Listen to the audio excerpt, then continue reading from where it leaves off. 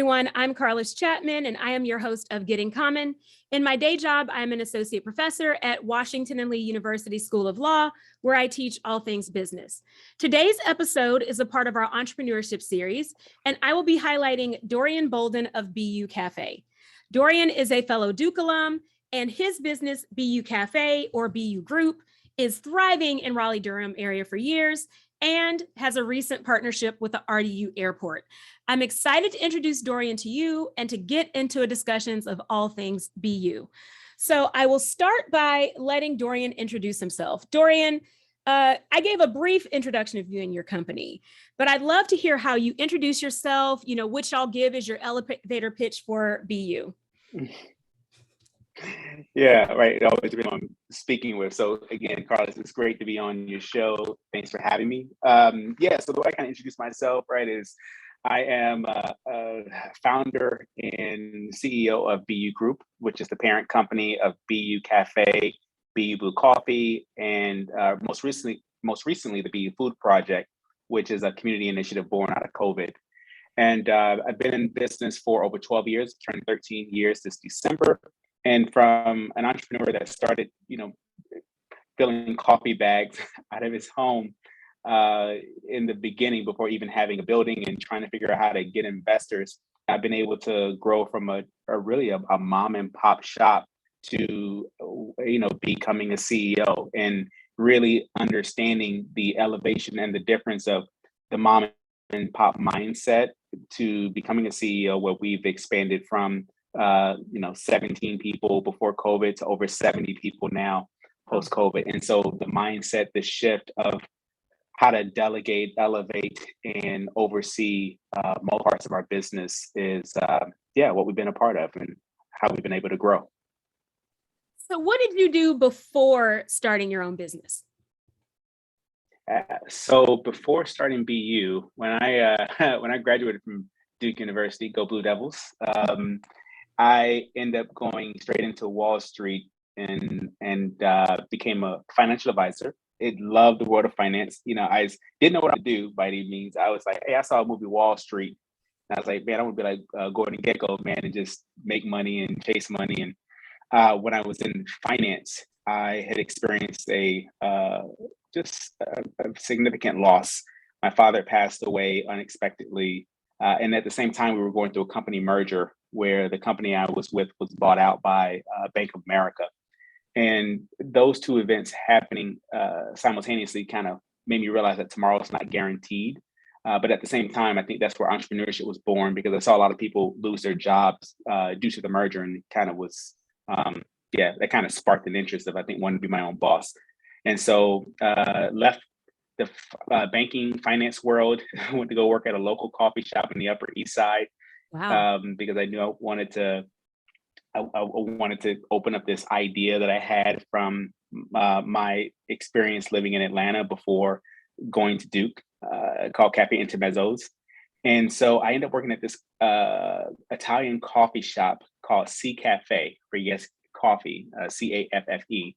And I learned about coffee the way that people learn about wine. I learned about how it was born and established, out of Ethiopia and Africa, and how it traveled all across the world and into this beautiful fine cup, and the purity of it, of how people took great care in the roasting process and the execution of a great espresso shot, a great cappuccino, and a great cup of coffee.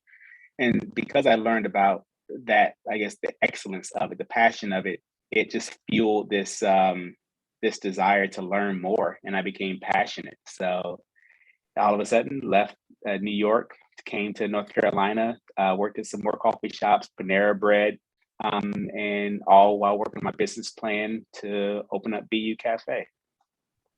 Now, what made you decide to go? Well, first, the geography of it. What made you decide to go back to the Triangle area after New York?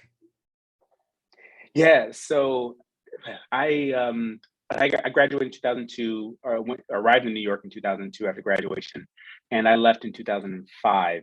And so I left New York. My wife, my girlfriend at the time, we met at college, and so picked the road less traveled. Decided to follow my heart and came on down to North Carolina. And the idea was while she was going to go to medical school, I would work on my business plan, maybe get some investors, and then we would open up Beyu Caffe in Atlanta. But yeah, I guess North Carolina had a way of just keeping me here, and that's what made me transition. Well, and I think folks may not realize that, Durham is a very friendly place for startup businesses and a very friendly place for entrepreneurs. And so, we have a lot of classmates who've done the same thing, who have, left New York City, thought they might go back to Atlanta, thought they might go somewhere else, and ended up starting their businesses in the Durham area and staying. And so I think, cost of living is less expensive and all those other things kind of make it easier to take the leap there. Yeah, that was the cool part. When I came back to Durham, when I thought about going to Atlanta, Atlanta was still always had that feel of like the Black Mecca. And, the thing that the irony was when I thought about the creation of Beyu Caffe, it was from kind of this coffee shop in Atlanta called Cafe Intermezzos. It's been around for by now, I think over 40 years. So it's like steps to 16th century Europe. So it was very European, but yet when you go there late nights, you saw nothing but Black and brown folks and our brothers and sisters from all the AUC schools, from Clark Atlanta, Spelman, Morehouse, Georgia State. And so to see like this Black excellence in this European cafe was just beautiful. It was mesmerizing. And so I used to love going there, taking my dates there. And that sense of Black excellence was what I wanted to create. And so when I came back to Durham, it's different kind of being outside the walls of Duke. A lot of these, PWIs have a way of keeping students enclosed on campus, especially during, the 90s and early 2000s versus now where I think more people understand the importance of integrating kids into the downtown landscape. So coming into Durham, you think you had Duke University on one side, and then you had HBCU, North Carolina Central University on the other side. And so Durham really was this crossroads of this great diversity. And so it had a very heavy civic, just civic activity. You had so much arts and culture, and it just had this energy back then that was, man, it was tantalizing. And I think it's why Durham has blown up so. And so, yeah, I'm blessed to have been a part of that early phase of so many people wanting to, re-energize, from Black Wall Street to, the foodiest city of the South. Let's talk a little bit about how you got your start, how you were able to launch. You mentioned, working in Panera, working in the coffee shops and all that. What was the moment, or what were the things that were necessary for you to get that first Beyu location open? Yeah, wow. So, it's by someone who probably shouldn't be named because he, unfortunately, he didn't do he kind of hit a life of crime lately. But there were some words back then that said, decide that you want it more than you're afraid of it. Mm-hmm. And I think for me, it was really having to get over the fear of going down this path. And then also a level of humility, because you really have to learn the trade of what you're doing. And although I've been working since I was 15, from Subway to Chick-fil-A, Six Flags over Georgia. So I've always been in retail. But when you come out of a school like Duke, Duke just kind of exudes this, most cats come out of Duke, man, right? Everybody's either going to medical school, law school, business school, high profile jobs. And here it is, I go into finance, and then I leave it all and I'm going to work, $75, $8 an hour as a cashier at Panera Bread and at a coffee shop as a barista. So there's a level of humility that you have to get over to say, I'm willing to make, X amount to learn the business because I see something greater that I want to build. And I really want to understand all parts of the business so that I understand it. And so I think that was the first part of really learning the business. I didn't realize that after the fact that the blessing in disguise was coming from finance. And I've always been good at math. Everybody thinks they're good at math until you go to Duke. Duke kind of turned me off of math, right? And so when I went into finance and understanding how to deal with investors, understanding just return on investment, profit and loss, the stock market, was able to communicate to investors, to the banks, the nature of the risk that I was taking. So, here it is. I recognize being a Black male, but with a Duke degree, but with a finance background, I was definitely, I think, given some added value of credibility from banks and investors when I could speak the language with the degree, worked in the business because they saw that I was willing to leave it all behind. They saw that I was willing to be hungry and kind of go after it. So that it gained so much attention and respect from people that it opened some doors and gave me the opportunity. So when you started out, you mentioned debt, bankers, you had investors, how many investors did it take to get it off the ground? And how much, what was your debt equity mix when you first started? Yeah, so I'll even take a step back. The first part, right now, I'm thinking back on it was having to write the business plan, and I probably spent more time than I needed to. But I think there was this again that fear part of not being afraid to just stay stuck in one piece of it and really going the next step and pulling the trigger. But writing the business plan is essential. I am surprised by the number of entrepreneurs who don't write business plans.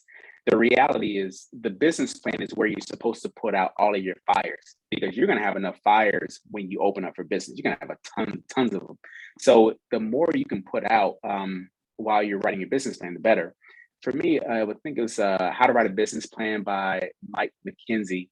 And from all these different books, some were like very lofty and overly optimistic, and then some just scared the hell out of you, like, oh, you better not ever open up a business. And so I was glad to find one that I thought was right in the middle, that was objective. And so even now, I still remember where it's like, okay, what's the opportunity cost? What's the problem statement? Like every business needs to solve a problem. And okay, great. Now, what's the description of this? It's like you got to be able to describe it. Like, what is it? And while you're doing all this, right, you're also setting it up so that you can start doing your elevated pitch and talk to everybody. And so, okay, well, what are your products and services? A lot of people have these ideas of, yeah, I want to solve this problem and this is what my business is going to be. And I'm like, well, great. What's your product and what's your service? Like, how are you going to make money? And so really knowing what that, okay, great. Now, how are you going to market? Like, and who's your demographic? Who's your target market? Is it 18 to 25? Is it 25 to 35? Is it young? Is it old? Is it predominantly Black, predominantly white? Is it low class, middle class, upper class? Like really doing the work. And then that's only half the battle. Then you got to get into the finance part of it. Like you got to put together a P&L statement, like projections.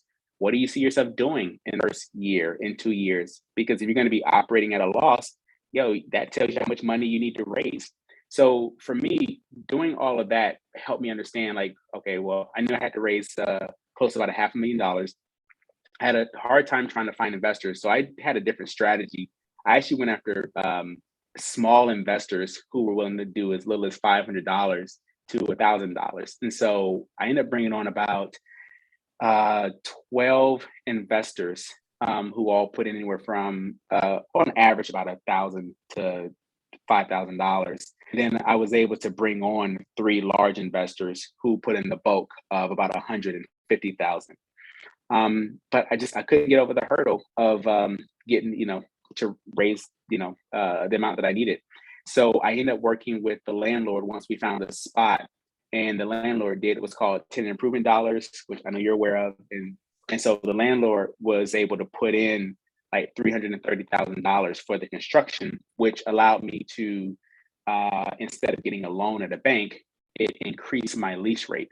So it's a gamble. At the time, if you think about the cost of leasing a restaurant, say $6 to $12 a square foot. In 2009, I'm starting at $23 a square foot. Oh, wow. And that's a lot. Yeah, it's almost designed. It's kind of messed up thinking back on it now, really, not what I know. It really is designed so that you start so high that you've already done the work for the landlord to build out their space, which they have to do anyway. So you end up paying the cost to build out their space. You go out of business, they move somebody else in at similar or close to to what you were paying, and it becomes a revolving door. Now, granted, they want you to succeed, of course, but it's not always the case. If you do or don't, it's whatever. And we can talk about it later, but that for me is what led me to wanting to become our own landlord and buy our own building after a couple of years, so we didn't have to have a landlord. Wow. I mean, it's fascinating, that mix of, having that rent. And I imagine your margins are really low the first few years because of how high that $23 per square foot. I mean, that's like, for people who don't know, that's the equivalent of like a professional office building, right? Like that's super expensive to pay for a restaurant, and restaurant margins aren't that high. I would love for you to talk about how when you first started Beyu, what I remember was it wasn't just, a local Starbucks. First of all, the food's really good. So if you are in Durham and you need some good food, go to Beyu. But also there you used to have live music. You used to have, events there. So just talk about, what the business model was and the mix was back then. Yeah. So you're right, man. Spot on, Carlos, about the margins and how challenging it was to get started. So we knew we had to hit the ground running. And between the high lease rate, we also got a community a loan through a community development corporation. So FYI, CDCs are great organizations to reach out to in your local areas that are about supporting minority and women-owned businesses. So here we are, we're starting in like 85-90% debt finance. So we have to hit the ground running. So part of it was trying to get creative to build up enough press and PR so that when we opened up, people were ready to go. So it's funny, before the days of like Instagram and TikTok, which I guess is kind of a crowded marketplace, I was able to work with the Herald Sun and get them to do a set of stories on us opening before we open. And so the goal was to get people to be a part of our story to open. And that was part of my strategy to bring in multiple investors. And so typically, what's traditional is you want to bring in like one angel investor because it's only one person you have to deal with, or maybe two. Never in a million years do you want to bring in, like 10 to 12 different investors, because those are different wants, desires, personalities, people you have to deal with. But I was fortunate. I found some really great people that were community oriented. And so they too became a voice of us opening. So when we opened, we were able to hit the ground running. We focused on a grab and go model with coffee, sandwiches, great food. So we were doing breakfast, lunch, dinner. But then after about, I say maybe 8 to 9 months, we wanted to incorporate live poetry and live music. So we did spoken word, live music. I love spoken word, man. It was some of the best experiences. However, the margins of people coming in that for the spoken word just wasn't quite supporting the business. So we had to transition to just doing the live music piece. And what started as kind of a hobby of just, having artists kind of come in over the years, we started recognizing just this amazing talent. And I was hooked on just seeing these amazing artists, a lot of whom were coming from North Carolina Central and who were recent graduates. And we became known as this cool, intimate spot where it was clean, it was ran professionally, the food was good, great cocktails, just beautiful people, beautiful vibe in this small, intimate setting that artists were beginning to want to continue going. And so we started as this coffee concept that was focused around coffee and great food. And then we ended up morphing kind of from away from coffee into live music. And that was one big lesson that I learned early on, was really knowing your business, knowing what you do. Even though we knew we would sell tickets, it was never my intention in the beginning that we become a live music group. And so after about, by year number 4 and 5, here we are. We had shifted from a coffee shop to more of a live music venue to a restaurant. And now we were kind of just doing everything. And our identity was somewhat lost, whereby now Durham is blowing up. The $23 a square foot that I started off at, like that's now the going rate for everybody. And now you have specialty coffee shops coming in that are competing with us on the specialty coffee shop side and doing it better because that's their focus. You have people coming, you have other places coming in with live music that are doing great on just that. You have craft bars coming in doing just the craft bars. And of course, you get all the specialty restaurants coming in just doing great food. So we found ourselves facing a challenge of identity and what we were good at, kind of that jack of all trade and master of none, as competition began to enter Durham. So what was your make or break moment? When did you know that you could keep going? You didn't need to mothball this and go back to finance, and make this, go as a viable and thriving business? I feel like I've had a couple of those moments throughout my careers over the 12 years of life, man. Yeah, I think really knowing that this was going to be the business and I didn't have to turn away from finance. When I was working at the coffee shop in Panera, right, working on my business plan, left the world of finance. I remember, I think it was right before I started Panera. Yeah, it was right before I started Panera Bread. I ended up going back and work for finance. I was like, I just can't do this. And it only took 2 days. And I just, I told them, I was like, I apologize, but yeah, I realized this just isn't for me. I came out here with a certain path and this just isn't right. And for me, that was my make or break when I knew trying again, it wasn't fulfilling. It wasn't what I wanted. And so when I started down this path, make a break. I don't know. I've never had I just don't have a quit attitude. And I think COVID really exemplified that. Part of it is a blessing. Part of it makes me crazy and to deal with. So I think that's just the nature of any entrepreneur is you figure that shit out, like period, end of it. Like they're just, you get it done. And that's what I look for. And so I think that's why our mission is to uplift and inspire communities through excellence, because we demand excellence in all that we do. And we learn how to be excellent every step of the way. And so that's a natural part of evolution, a natural part of growth. So yeah, I guess from day one, yeah, I knew I wasn't going back.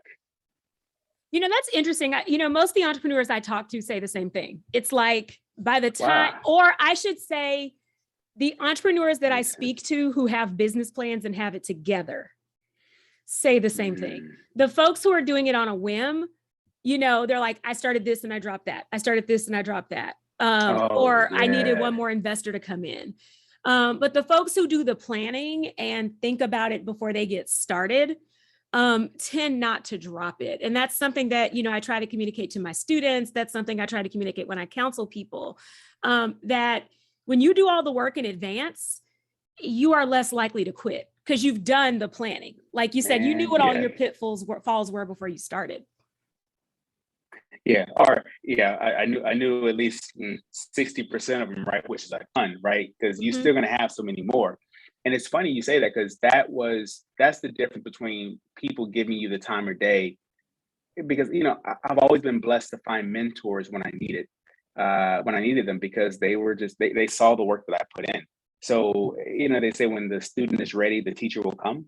And so throughout my entire experience from 2018, 19, when I wanted to dip my toe into airport concessions, which is a beast.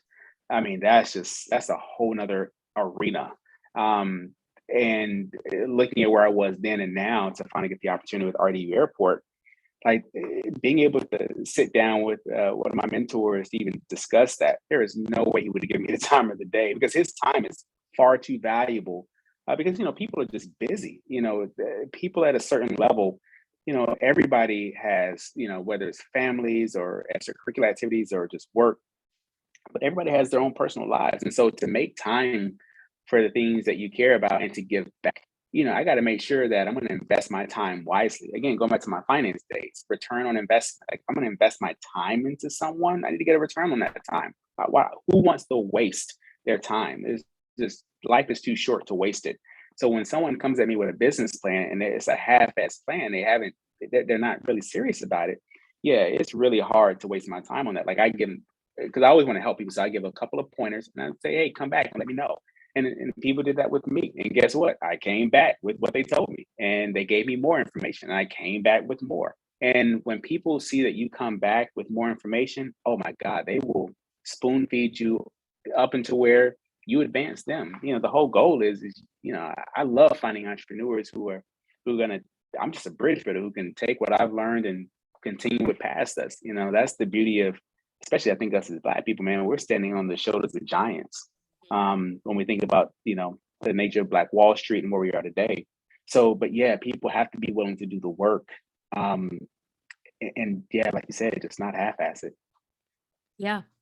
Now, I would love to talk about expansion, right? So you mentioned going from tenant to landlord.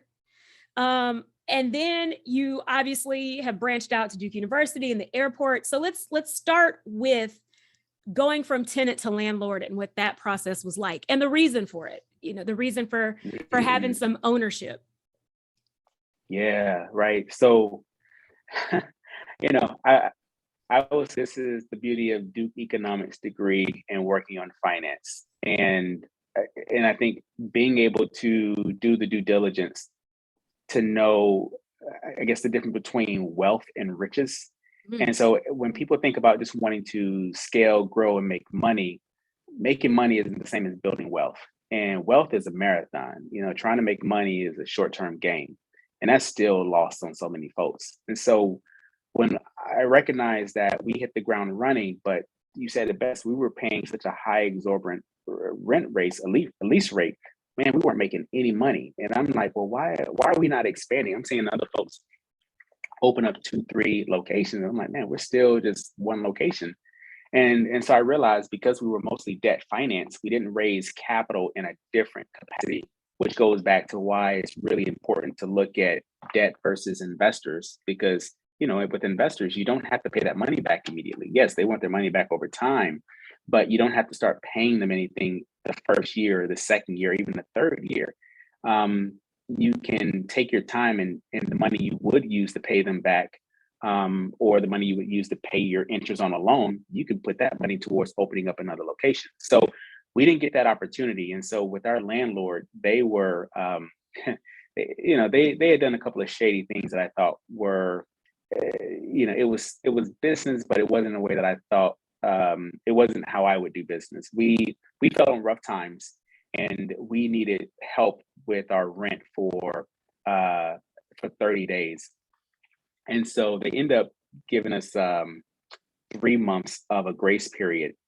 But instead of paying back those 3 months with a certain interest of, 10, even 15%, no, they wanted us to pay double rent for the next, I think it was 6 months to 8 months. I can't remember, for however long it was that we ended up paying 100% rate of return.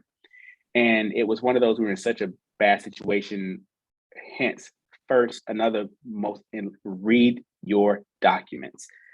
That was the learning experience I would never forget. I signed something before I fully read it because I was desperate to get the 3 months of free rent, of half rent.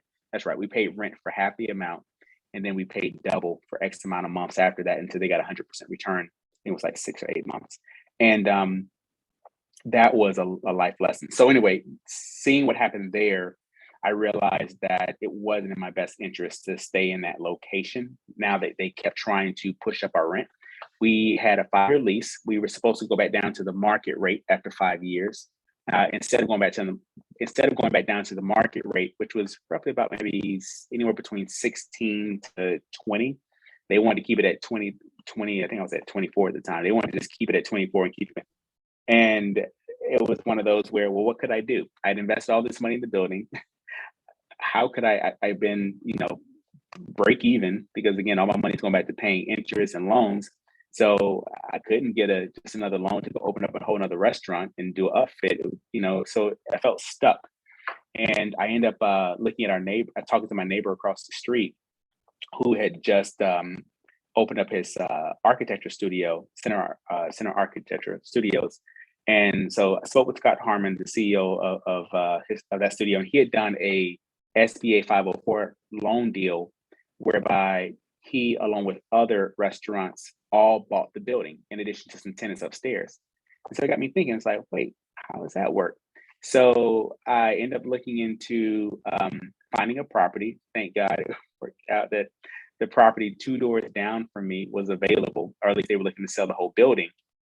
I couldn't afford to do the whole building. And plus the building was so huge that the SBA, it was 2 stories, But the SBA is like, to get a 504 loan, you have to occupy over 50% of the space.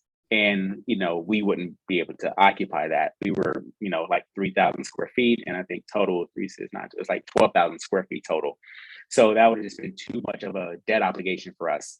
So the landlord ended up condoing its own building, and we ended up taking a portion of it. There was a restaurant already next to us, Toast. So they ended up buying their own. And then somebody came in later on and bought the top. And it was actually great for the landlord who sold the building, or great for the owners of that building, because they couldn't sell the building in whole, but by condoing it out, they ended up selling it for more in bits and chunks, which is genius. And we were all happy too. And so, I ended up in 2015, we ended up purchasing the property and then getting in, my wife and I, so we set up a separate LLC. So now me and my wife, we own this. And so this was always for me is my retirement plan. So now as I'm paying a mortgage, just like buying a house, right? You buy a house, your house is an asset. Well, now we bought a building. Well, now I'm paying the mortgage to ourselves. And what's beautiful about the SBA 504 loan is banks love it because the SBA takes on 40%, or I think we have 40% of the risk, I think 40 or 60% of the risk, and take a second position behind the bank. So if we go under, bank gets their money first, and whatever happens after that, the SBA gets theirs. So there's less risk on the bank, which is why they don't mind doing it. And because we had already been in business for over 5 years, we were a safe bet for the bank to do this loan. So we were able to get an SBA loan. It goes out to like over, the bank portion is like 10 years. The SBA is like over 20 years and fixed rate. And so we ended up paying the same amount as we were paying for our lease by owning the building. And so it was kind of an easy transition. It was a $1.3 million development project. Man, that was hell, because we went through some rough with working with a bad developer, or bad contractor who overpromised and underdelivered, trying to work with somebody who said they could do it. And yeah, that was we ended up opening at the last minute, whereby we just got it open at the last minute, and then we became landlords. That's awesome. So, you mentioned it's a condo, it's a commercial condo, I guess is what I would call it, right? So it's a condo for businesses. So you only own your space. You didn't have to buy the entire like block of buildings. Y'all could each just buy your individual businesses. Mm-hmm. Yeah. Yeah. And so the seller was able to do that. And what's really cool is I was asking, it's like, well, typically with the SBA, you have to put 10% down. Well, again, we were in a good position, but again, we didn't have 10% to put down on all of this of like $100,000. So it's like, well, asking the right questions. So another thing with entrepreneurs in business, learn how to ask questions. So often you find entrepreneurs who just like to talk. And I'm surprised by those who talk so much, but they don't ask any questions. And you'll find that people who are successful, who know their stuff, they don't really talk much. They'll share what they know, but it's like you don't have to share what you already know unless you're asked. And so learn how to ask really good questions to get what you need. So in this one, I was like, thank God I asked the right question. It's like, is there a way to do this without having any money? Right. And that's when I learned about a seller's note. And I was like, what's a seller's note? And it's like, oh, and that's when I learned, okay, the seller of the building will put up the 10% for you with the SBA and in the form of a loan. So now we were able to buy our portion of a building, become our own landlord with zero money down. Wow. And yeah, so the 10% down, we end up financing that 10% with the seller of the building in a separate promissory note. And we had our 90% that was through the banking with the SBA. And so we were able to undertake a $1.4 million development deal with zero money down. Wow. So seller's note is FYI something. Yeah, I didn't realize that. I didn't even know that was a thing. That's amazing. Yeah, that's amazing. I didn't know that was allowed with SBA. I knew it was a thing. I just didn't know if it was allowed with SBA. So that's very, very important to know. Because as you say, you don't know unless you ask, right? Closed mouths don't get fed. So, Right. right. And the SBA is smart. They definitely do their homework. So it's one of those like, yeah, you can do a seller's note, but it will take a third position. But then the seller has to be okay with that, right? So, and you have to get permission from the SBA to pay off the seller. So it's complicated, but so it's nothing that you can't overcome. So it's not as hard as it's not as difficult as one may think. It's just if you have the right people involved, and it goes back to business relationships, right? Like that's the other secret in business is so often it's not about the money, it's about the relationships. Because the great relationships will take you so much further. And so yeah, luckily the seller of the buildings, man, they were good people. They cared about Durham. They loved what we were about. So they worked with us on doing that. Now after the ownership of the building, the next expansion I remember is the expansion to Duke University to being their on-campus cafe. Was there an expansion before that, or is that the next one? That was the next one. Yeah. All right, let's talk about the Duke Cafe. Yeah. So Beyu Blue Coffee came in 2018. And Beyu Blue Coffee was our second location in 2008. So we just purchased the building in 2015. We made 2014. We transitioned over in 2015. And then in 2018, we got an opportunity to open up a coffee shop next to the university store on West Campus. And it was about 400, maybe 460 square feet. So it was small. And when we opened, yeah, we hit the ground running. And it was one of those where, oh man, this is the model that Starbucks and Caribou and Dunkin' that they all do. It's small footprint, volume, high traffic, and that's where I realized I had been looking at business kind of in a completely different way from full service to quick service. So here we are doing kind of breakfast, lunch, and dinner with live music and everything at Beyu Caffe downtown. But here at Beyu Blue Coffee, it's a coffee shop. It's very simple. This is what we do. It was streamlined and it was easier to just run and manage. I mean, just headache, everything. So learning from that, we end up applying that to the rest of our organization to try to streamline and simplify what we do so that we could grow and continue to scale.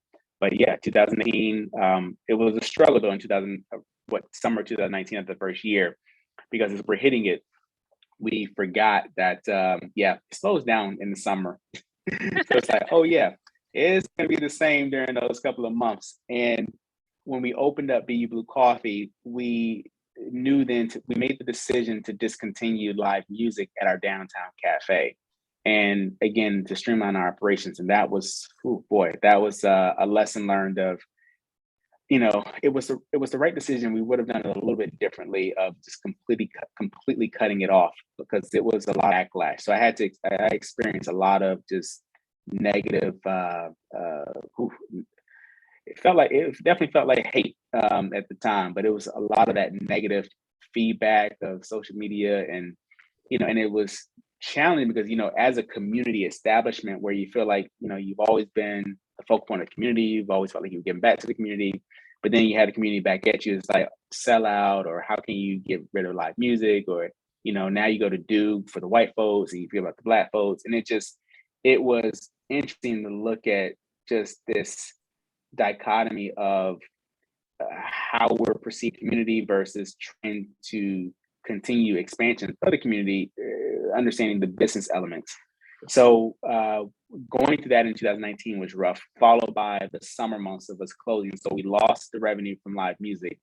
We then don't have the revenue coming in the summer. So we struggled in 2019. 2019 was a rough year.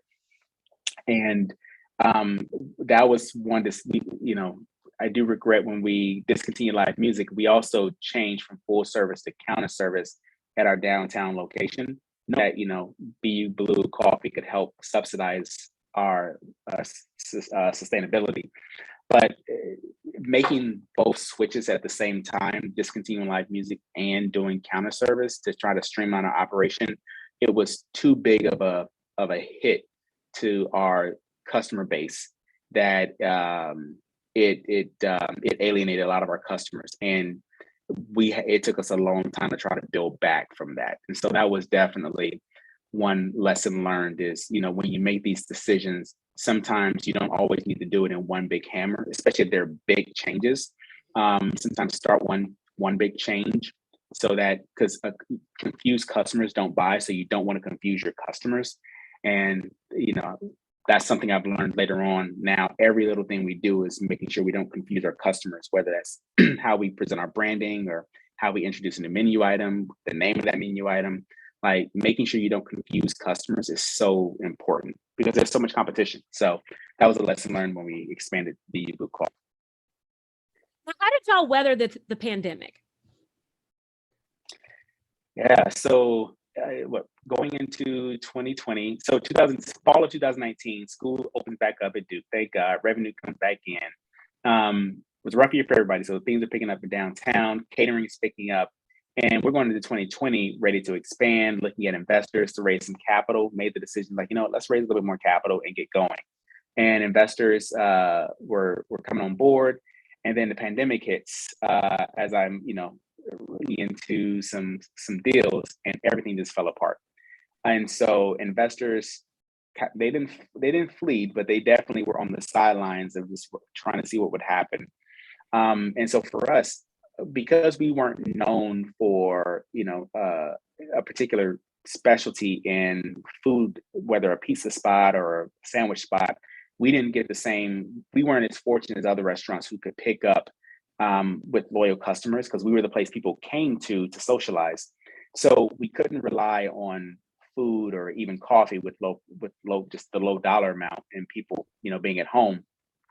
So, it's funny, I went back to the basics. Why did we get into this in the first place, right? Any entrepreneur is ultimately to serve.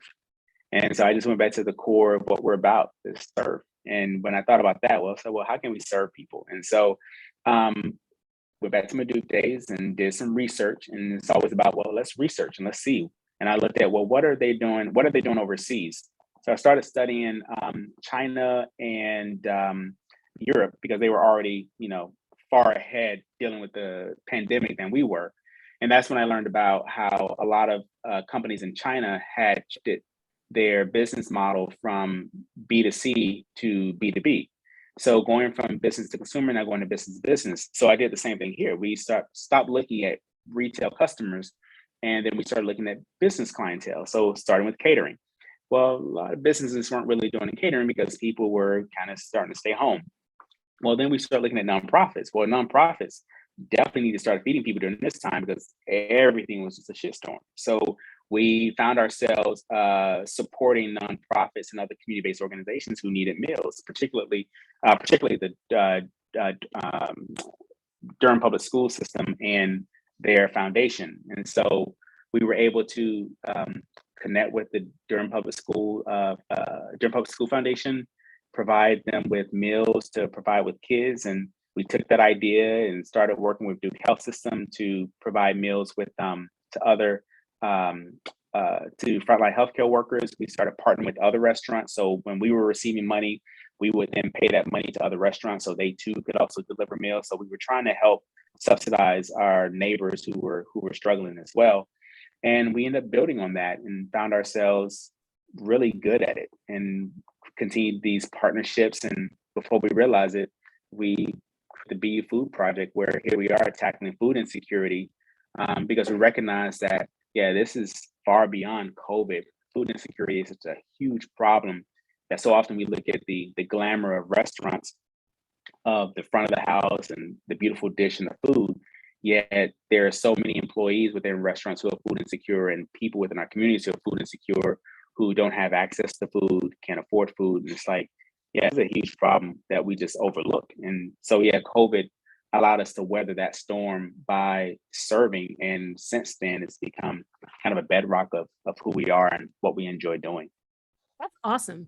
I really love the innovation. COVID it still is horrible, but it is forcing so many of us to be creative and to think outside the box. And I hope that, like your nonprofit efforts, that other people's efforts will stay after the pandemic. the people who were food insecure before are still food insecure now, and even more food insecure now. So it's important that we continue even as we think we're out of the pandemic. Yeah, and we're excited. We just brought on a senior program director to really take the Beyu Food Project to the next level, because this is something we're really investing in.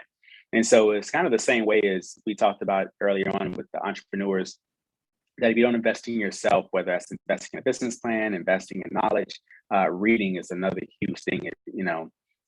Just read. There's so much just information on how to weather this stuff. So I think investing in the Beyu Food Project initiative and people. I mean, we've invested in vans. I mean, we've invested a lot, and so being able to take advantage of a lot of the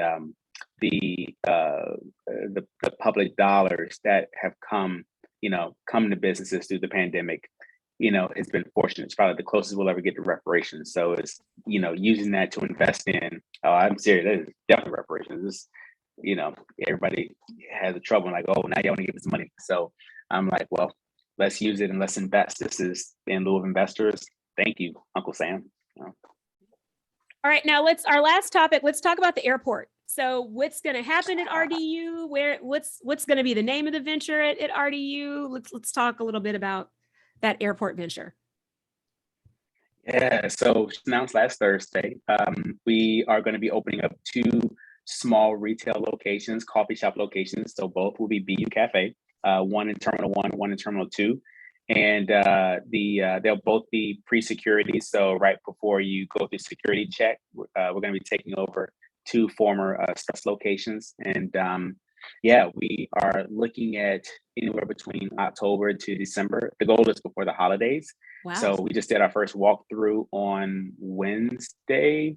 And, the irony is because we've gone through the process twice now, even at Duke, we have experience now of, because again, all those experience of the development of, first in 2009, then in 2010, and then with Duke, we've had this experience of having to open very quickly. So yeah, we're kind of walking into a situation where it's like, yeah, is it really this easy? Okay, waiting for the shoe to drop. So yeah, our goal is by the end of the year, we're going to be able to come in there, working with their architects, their design teams. We're getting our equipment list ready and, getting ready to move forward.